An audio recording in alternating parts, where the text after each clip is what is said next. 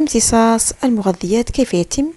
إذا لدينا الذغابة المعوية سطحها متصل مع المعي الدقيق أو لمعة المعي الدقيق المحتوية على المغذيات المتمثلة في الجلوكوز والأحماض الأمينية والأحماض الدسمة والجليسيرول.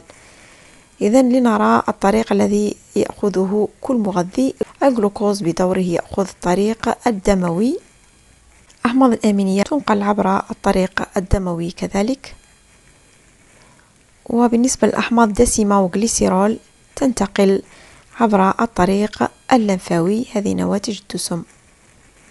إذن وهكذا يتم امتصاص المغذيات عبر خلايا جدار الذغابة المعوية لتنتقل المغذيات إلى كل من الدم واللمف،